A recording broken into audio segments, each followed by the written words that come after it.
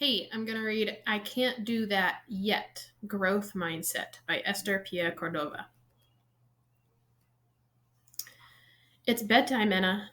Anna loves all kinds of times free time, playtime, cookie time, and even brushing teeth time. Bedtime is the time that Anna doesn't like, but everybody knows that before bedtime comes story time, and Anna loves story time. Anna's dad asked her to read the first page. Like every evening, Anna responded, I can't do that. Halfway through the story, Baxter crawled into bed. Her dad pretended that he didn't notice. Anna couldn't remember the end of the story. She must have fallen asleep, but suddenly she wasn't in her bed anymore.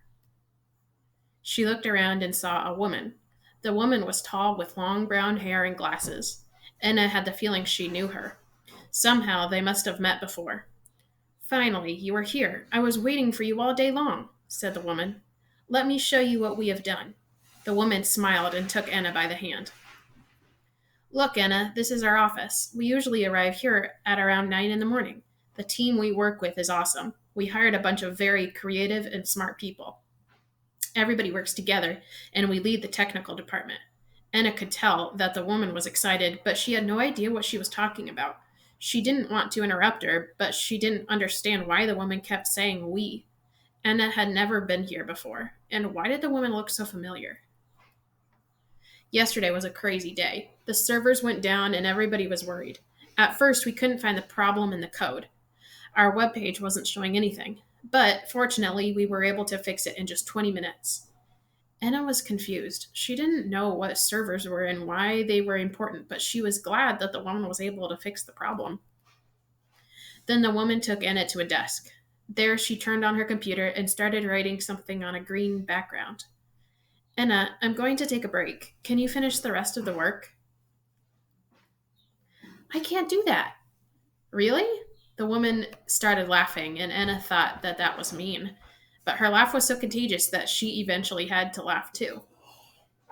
Suddenly, the woman got up and went to the fridge. She put celery sticks and a jar of peanut butter on the counter. Slowly, the woman started to put a celery stick directly into the jar. Anna's mom always told Anna to use a fork instead of putting the celery directly into the jar, but the woman didn't seem to care. Anna still couldn't remember the woman's name, so she asked, You're telling me all these things, but I don't even know your name. The woman looked Anna in the eyes and said, I'm you, and you are me. That was not possible. How can one person also be another person?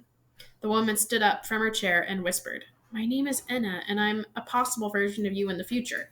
The only thing different about you and me is time.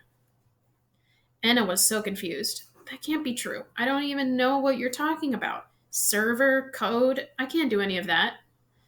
You can't do that? Anna, you can't do that yet because you haven't had the time I've had. When we're 16, we started to learn computer programming. We made this little game and everything went from there. You really wanted this, so you created me just like you created this game. But I don't remember any of that. How could you? This is the future. If you want this, it could be your future. Anna couldn't believe what she had just heard. How could all of this be possible? She wasn't like this woman at all. But maybe she really could be like her. This future seemed exciting. Anna had so many thoughts at once that she wasn't able to say anything. The woman said that Anna could be her if she wanted, but what if she didn't want to be her? Anna didn't want to hurt her old self's feelings, so she didn't say anything. Anna's older self looked at her and said gently, You don't need to say anything. I know exactly how you feel. I want you to meet a few people before you have to go. All of them care about you very much. With these words, she opened a door wide, and Anna could see what was inside. The room was full of Annas. There were so many Annas that she didn't know which one to focus on first. Each one seemed different, but at the same time similar. Nobody seemed to notice little Anna. She wished she were able to stay forever and to meet every single one of them. Just when she finally had the courage to step into the room full of Annas, the door closed. Suddenly, Anna's feet started to feel wet. She heard a voice far away. The voice told her that she had to go now. She then heard her older self telling her one last thing. We are always inside you, even when you don't see, feel, or know it. Anna felt Baxter licking her feet and quickly realized that she was back in her bed. She got up right away and told her dad, I want to try to read the first page tonight. With a little time, I'll get it right. I just can't do it yet. I can't do that yet. The end.